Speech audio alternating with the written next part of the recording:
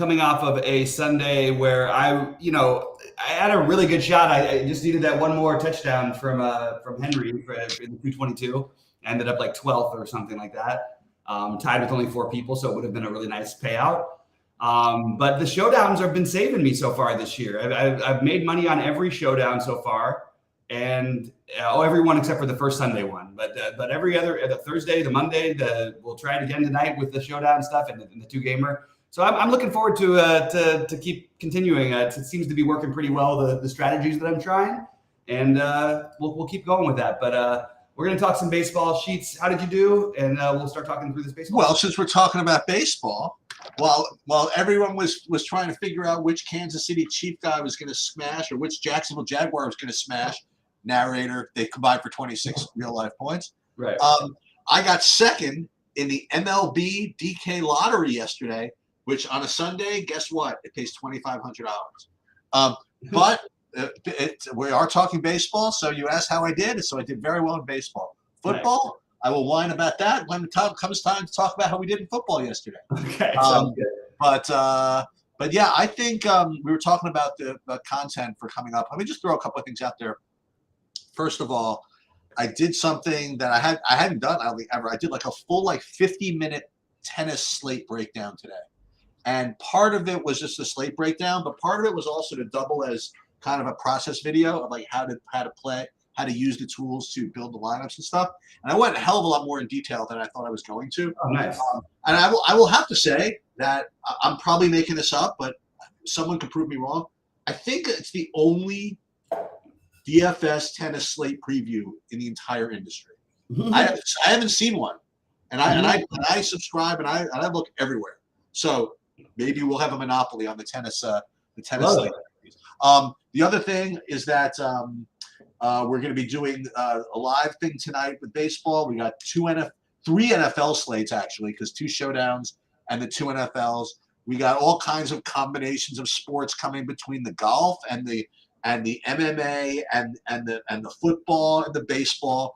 Like 3 weeks till hockey starts. Not to mention basketball around the corner. Baseball slowly meandering down into playoff mode. A lot to do DFS wise, and not to mention, again, there's all kinds of variants within technology that caused us to kind of our site to go down for like a little while yesterday. But all worked out. A lot of stuff, good stuff coming, and a lot of good ideas to continue to improve. Now you mentioned that this baseball slate was going to be kind of easy. It's funny because I kind of think it's easy too. And I'm curious if we're easy the same way. So we'll see what happens. Lousy tournaments too, just really bad. Oh, you serious? Oh, because Monday Night Football, right? Yeah. It's just down. Well, it cuts both ways. The first thing I'll say is, when you got a problem with winning $25K, if you get first. But then again, my other comment is, oh my God, if you win something and it's $25K when every other day would have been 100, you might end up not being happy with yourself. No, I'll be happy with the $25K. Oh, for sure. You have one tournament for that. I mean, there's no ball 4. There's it's Monday Night Football. That's why. Yep. Like you said. All right. Well, let's get going with the games. We'll go game by game here. Starting off with Chicago and Washington. So I think that there's like a number of ways you can get different on this slate. I'm kind of surprised that neither of these pitchers are getting any ownership. I think both of them are in play, to be honest with you. And I think Clevenger at 7,600, but no one's going to play him. I'm definitely open to it. And I know Washington doesn't strike out a ton against righties. They also do have a different lineup than it's not the same lineup that's been there all year. It's similar, but I think this is a spot where you can get a little different right off the bat. Clevenger and Adon, I think, are both in play for me. And I have no issue with either of the stacks. I just personally am not getting to them. Okay, so we're right off the bat. We are in a little bit of disagreement with why the slate is too easy. So for me, I have the White Sox as almost clearly the best stack. And when you factor in value as well. Now there are a couple of others that might rate better, but just kind of pivot or do whatever. I have the White Sox right now. If I did my runs of maybe 50% owned on both sides. I'll have to look again a little bit later, but that's kind of where I am. And as far as the pitching goes, I am getting to neither. Clevenger, Noradon. So right off the bat, we were putting in that. Well, yeah, but that's because all the projections are going to tell you not to. I immediately go into these kind of slates knowing I have to try and get different on an 8-gamer. So okay. I'm gonna always be a little more open when the projections are not going to like somebody. And right. Yeah. Anyway, sorry. Yeah. So I really like the White Sox. I have Washington as a fringe value play on the other side, actually, but that's pretty much it. Yep, like I said, no argument, no issue with anything from this thing. I think that the pitching is the one thing that I noticed that was going to be a little bit off the board, so that's why I thought I'd bring it up. Also, Adon is like the only guy in his price tier, you know. But when I look at guys who are 5,400 who at least just throw pitches, like they're going to they can throw 95 pitches. That's always going to be something I consider against a team as horrible as the White Sox. All right, Philly and Atlanta, two actually good offensive teams. One good starting pitcher and one guy who had was a Cy Young, nearly won the Cy Young, I think, and Kyle Wright. So I like Philadelphia here a little bit. I'm not getting to Atlanta, but I have no issue if you wanted to talk yourself into an Atlanta, at least a mini stack against Wheeler. But and I'm not getting to Wheeler much either. But I may reconsider that as we go on. But as of right now, I just have Philadelphia from this game. Yeah, I think one thing that we could do to make these, I want to say a little better, because I feel as though I don't want to say I rush through these, but I never go through some of the individual guys. I just keep forgetting. I think we presume everybody knows kind of like who to play if we mention the team. But let me just, for the sake of kind of blending. I honestly don't think it matters with the guys. So I don't think that's applicable to this game because I think that not this game, but I forgot to mention like when I just come out and say the White Sox are like great value or whatever, it's probably worth mentioning. Like the cheap, the guys that are turning it into the good value, whether you like them or not. And I'll just go back there for a second. Like Andrew Vaughn at 3,400 at first base, he looks really good. And then these other, like Tim Anderson, he hasn't performed like all year, but he's 3,200. And then I know that Bobby doesn't. This guy doesn't really have too much power, but he makes the stack go. The Benintendi at 3,300. So I think that as I go through all this, like Jimenez 3,700. Like I think this White Sox thing is going to be pretty chalky. I mean, depending on how you go pitching wise. I agree with you. Yeah. So I didn't want you to think that like everybody to think, oh, this White Sox is incredible off the board play. I'm taking a big stand on. I mean, White Sox, because these guys are all cheap. I mean, they're going to project really well, and not everybody, but a good amount of people are going to want to play them along with the team we're getting to in a minute. But that was it.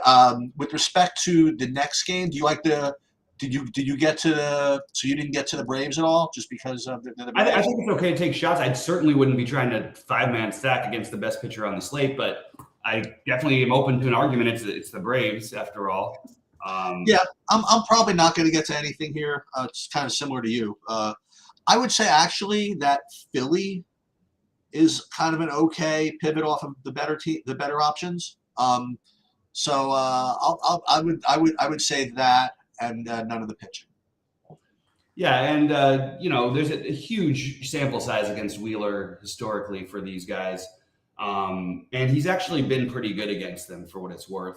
Just wanted to throw that out there. 78 strikeouts, 269 at bats. That's basically that's a little less than 30%. It's not ideal, but he is a great pitcher, and I think that he's going to be low on. So I'm gonna be open to Philly and Wheeler today. All right, Milwaukee, St. Louis. Why don't you start this one off, Sheets? Yeah, I think Milwaukee's going to be the chalk here. Because Wainwright's pitching. It's going to help whether Yelich plays. Yelich was out for a while, but then they put him back in. He's been terrible. They put him in, and then they took him out again. Obviously he's still hurt, or he's just not not himself. Yeah. But I mean, put him lead off against Wainwright. Guys seen Wainwright 4,000 times. You know what I mean? Like I imagine that. I imagine that's a good thing. Anyway, all the Milwaukee guys are gonna look really good. I gotta watch the ownership here because this is one of those things I'm just kind of inclined to fade. I don't know, but they are gonna look good. Yelich, unfortunately, whatever. Frelick, Turang, leader of the free world. Play Adames from the right side. Play even Anha from the right side at 3,200. So all those guys are going to look good. And Peralta, as always, is going to look like really expensive. but has a lot of upside. So I guess it depends on your construction. There's like just incredibly chalky, great looking mid-range guy we'll get to later, and a couple of other good values. So I don't know if you're going to want to pay up for Peralta, but he certainly's got, especially against St. Louis here. I mean, he can put up 40 here if he's in the right mood. He's not always in the right mood, but he's been pretty good all year. So Peralta, I'll have to decide what I want to do with him. But Milwaukee certainly looks good. GPPs inclined to try to fade it, but and there's such an obvious way to fade it that we'll get to later. But that's what I like. Milwaukee looks like one of the best stacks, and Peralta, expensive, but obviously a lot of upside. Yeah, I mean he's been terrible against this team historically. Oh, is that right? Okay. Yeah. Mostly, Arenado just completely owns him for whatever reason. That's so weird. It's just he just doesn't. They hit I think 320 off of him. It's only about 5-6 starts, I think, but still, actually surprised it's not more. Peralta I have as worse than Wheeler, but I mean I'm open to it. I also think it's worth noting, especially in the Wheeler case, like keep an eye on who Atlanta ends up playing today. They don't have anything to play for. I wonder when they're going to start giving some guys some rest. Probably not Acuna, but they'll probably give some other guys some rest. All right, Texas and Boston sheets. What do you want to do here? I have Montgomery as one of the possible SP2s, but it just scares it. I shouldn't say it scares me. I actually think Montgomery against Boston on the road. Yeah, I got to consider him as one of the top SP2s. So I do like him. I have Texas as kind of always a kind of a must play a little bit, So that's where I'm going to come in with Texas as kind of play a little bit. I'm not going to probably prioritize them. So I think Montgomery's fine and maybe some Texas. Mm-hmm. I'm not as interested maybe in Montgomery. Maybe I'll change my mind later on that, but I think he's going to have pretty decent ownership, and it's just an ownership thing really, and his upside versus ownership. I think that playing 1/6 is owned or something, Clevenger is kind of interesting instead of him. I do like Texas. I think Texas will be low owned tonight, low-ish owned. And I would definitely want to get some exposure here. So I have no problem with getting to a Texas stack, a Texas mini stack, however you want to do it. Everybody 1 through 9 can play, and there's value down at the bottom with Josh Smith. So I like Texas quite a bit tonight, and a nice way to get off of the chalky White Sox and Brewers. All right. What are your thoughts on the Houston and Baltimore? Is that right? Yeah. Yeah, you would think that there should be some interest here, either on Verlander or maybe Houston, but I'm just not getting there. So I guess I'll leave it to you to tell me why I should be or why I shouldn't be. But I currently am not seeing Verlander project all that well, and I'm not really seeing Houston all that great either, even against means at home and all that stuff. So I don't know. What are your thoughts on this game? Yeah, I think that Houston is totally fine.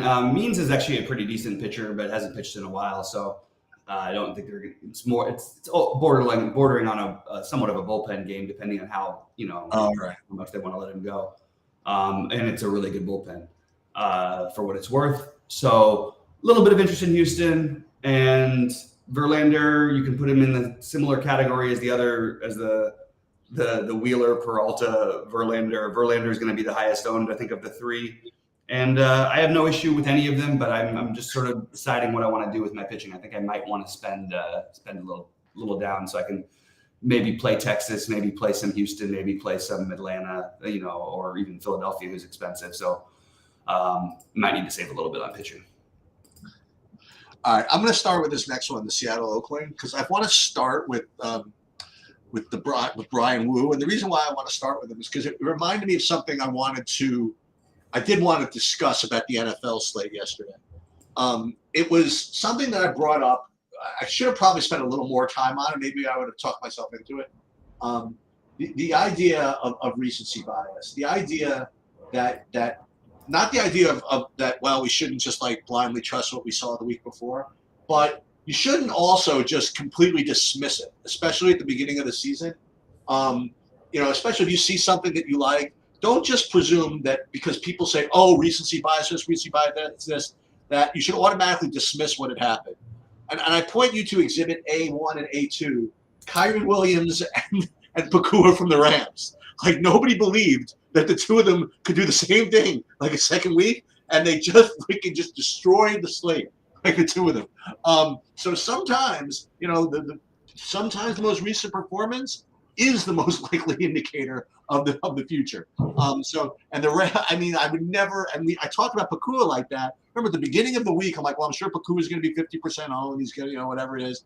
It turns out like everyone's like, well, I'm not playing that again, or I'm not doing this again. People played him, but it wasn't like as popular as I thought it was. And the Kyrie Williams, like nobody played, because people get too, I guess sometimes overthink things. The reason I bring that up is so Brian Wu I have is listed as one of the like 4 like kind of SP2s, and I've played him, I faded him, and I made the mistake of not only playing him in his last start, but actually watching it. And the kid was just freaking mowing people down. Okay. So I'm sitting here like juiced. I'm like, I want to play this guy again. Right. And then I'm thinking, I don't want to get into the recency bias or whatever it is. And then the other thing I remember though about that game is when I told you about the next day, I said, the weird thing is they took him out after freaking 5 2/3 though. And you said, well, to be honest, that's probably the extent of what his leash is going to be. So don't get too excited about this guy. Nonetheless, he is against Oakland. I just happen to have liked what I saw, so it's definitely in my short list of SP2s. The other thing about this is that I do actually have JP Sears at 6,700 rating as like an okay SP2. But unfortunately, I'm not going to be able to do it because I'm getting like 1,000,000,000% Seattle in my stacks. So that's probably where I'm going to end up. Is my majority of my exposure, my majority of my big buy-ins is to play the righties against Sears, and I don't even think it's going to be particularly earth-shattering at the end of the day. But that's kind of where I'm at. So Woo, Seattle. And that's where I am. Yeah, I think Seattle will have some ownership as well. I think both these guys are fine. I'm not really buying that Sears is gonna that Woo is gonna be only 20% owned. If I really believe that, I probably. Right. The weird part is like the projections though. Actually, like yours are a little different. But like SaberSim has Sears projected as an outright higher scorer than him. So. So do I actually. Oh, no, I'm based on value. Yeah, yours are pretty close. But I think that I mean, look, the Woo thing makes some sense. It's also like kind of as we talked about, it sort of feels like it's a straightforward. Like I can tell you what to do in cash, and I think that I probably would play Woo in cash. The pitch limit and the fact that I think he's going to be popular, I'm just trying to find different things to do, and I don't mind getting to a little bit of some of the A's as well. So. No priority stacks for me here, but I definitely don't mind getting to either side, and I am definitely open to Sears. But it really depends on what I think is going to happen with ownership. So I'll revisit that one at 6 Eastern because if they're going to be the same amount owned, I think I probably would play Woo over Sears. But I think that if Woo is going to be 35 and Sears is going to be 15 or something like that, I obviously would have more interest in Sears in that situation. So that's what I'm considering. But anyway, we can move on. Yeah, I guess you start with this one so I can start with the Dodgers. The San Diego game? Yeah. Yeah, I think San Diego is another good stack. But I feel like they've let us down so much this year. There's a little wind blowing in, so I'm probably going to fade it at their prices. I'm curious to see how their lineup comes out today, but I think that they're going to be fairly popular as well, and I am probably going to be off of this game. I know the lowest total on the board belongs to the Rockies. I really don't like playing Waka when I don't have to, and there are a lot of other options tonight. So I am probably going to be the guy who's fading Waka and probably fading most of this game. Yeah, I have San Diego as one of the top stacks, but unfortunately, they're going to be one of the higher owned, I think, against Block. I just prefer Seattle, I think, and I even prefer in a weird way. I was about to say even Philly as a pivot. I don't know. Maybe talk about the Dodgers in a sec, I suppose. But Walk I have as kind of a good looking SP2 because of the matchup. Uh, you know, and I don't know what I want to do with it. I think I would just prefer Wu, but if Wu is going to be a zillion % owned, as we're thinking, maybe he will. Maybe Waka's not going to be that popular. Only because like in the next game we have like the big chalk. You can't play everybody. Maybe I'll end up playing Montgomery after all. I don't know. We'll talk about it again at 6. But Waka certainly rates to be a decent play. He's just not a guy I like to play. I don't know. That's the best way I could describe it. So San Diego and Waka is going to project well, but I really don't think I've ever played him in a big buy-in this year. I'm sure that we've played him at like 6,500 or something in the past when he was that cheap, but 8,900, I don't know. Not for me. All right. Why don't you start off the? I'll start with this. So Lance Lynn projects to be the best pitcher on the slate by basically a landslide, if you want to know the truth. Mm-hmm. So he's going to be whatever he is, 70% in the 55-55. I don't know, something like that. Maybe not only because it's Monday Night Football. It's the best I can describe it. But he's gonna be the big chalk. Has the matchup. Has the handedness. He's got, you know what I mean. He literally has everything in the spot. Not to mention the fact that so far I haven't been particularly impressed with anybody else on the slate. You want to know the truth? Yeah. So he's gonna, kind of, I won't say tough to fade because I mean, listen, it's baseball, but it's very, very solid.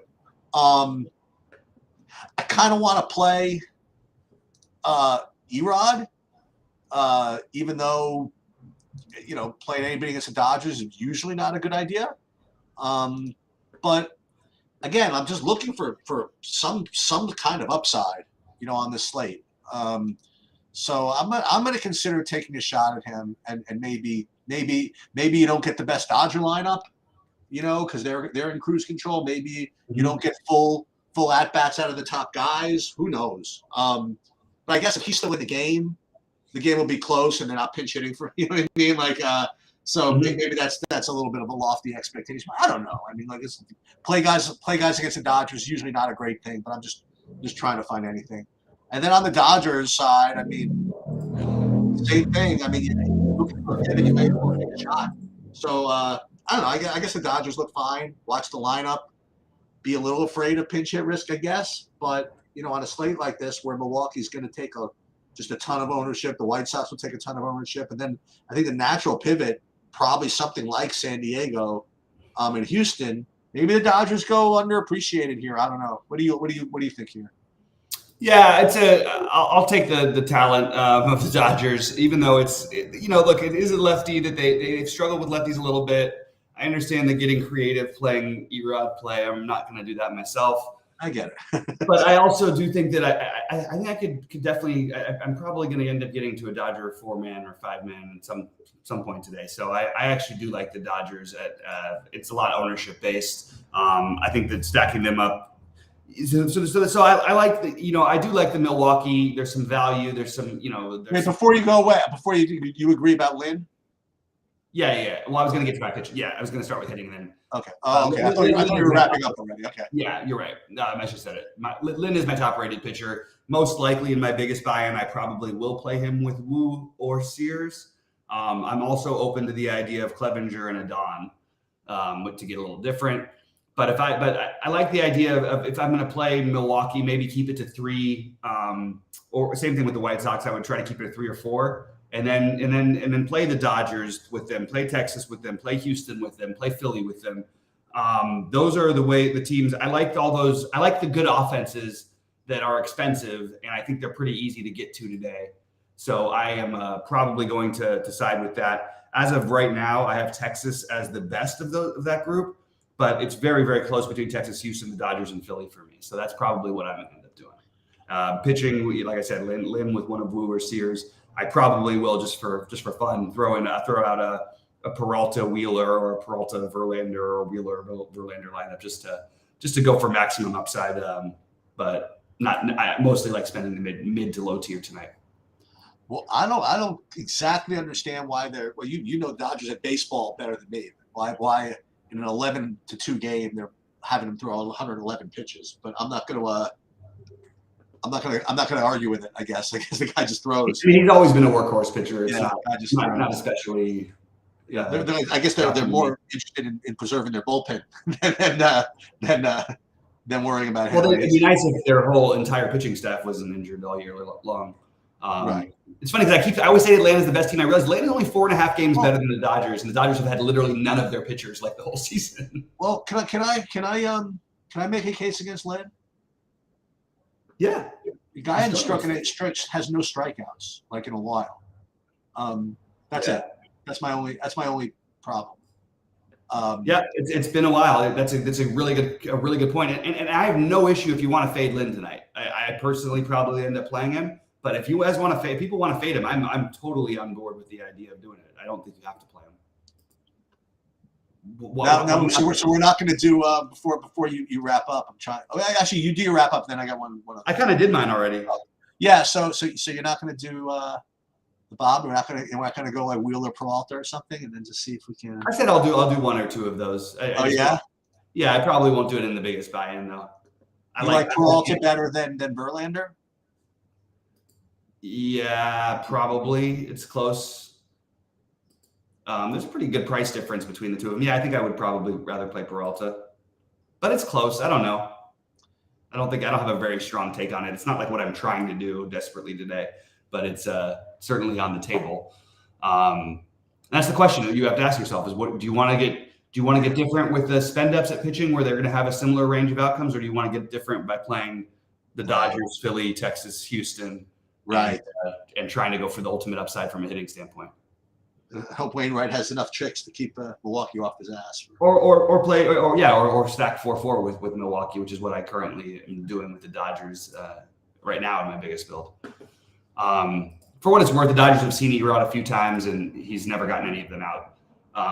But it's very, very limited times. I think he's pitched against us like 3 or 4 times. Yeah, for what it's worth, again, my favorites are Seattle and the White Sox, and then in San Diego, and fade Milwaukee, and pitching Lynn top option along with Montgomery, Wu, and then Waka Sears, but I'm not playing Sears. So, do you always win when you stack Seattle? I feel like you do. I don't always win when I stack Seattle, but Seattle always goes off when I stack Seattle. Sometimes I do anyway. Like the last time they played, they scored 8 runs, and I didn't win. But I don't know. I like playing them against these kind of weak lefties. You know what I mean? Yeah. And it's I know who I want to play. I got the guys in the lineup I want. What I usually end up doing, depending on the slate, I will decide whether I want to play everybody except Julio or throw Julio in, because Julio is just so much more expensive than everybody else on the team. Yeah. You know? And I got no problem with playing like Teoscar and Suarez and France and who's the and Dylan Moore. You know what I mean? Like I'll put those guys in, save some money if I need to play a better pitcher, and if I can afford to get Julio in and don't care about salary, I'll play Julio instead of one of them. I just know who I'm playing. And as long as Colorado is still on the team, I'm going to keep stacking it. Absolutely, why not? Yeah, and by the way, it's a very tight race with Houston, the Rangers, and Mariners all for that AL West. So everybody's going to be putting their best foot forward for whatever that's worth. All right, well, we're going to probably get out of here, guys. Good luck, and we'll see you at 6 Eastern. And Cheats, you want to do a quick NFL one? Yeah. All right, great. Good luck, everybody, and we'll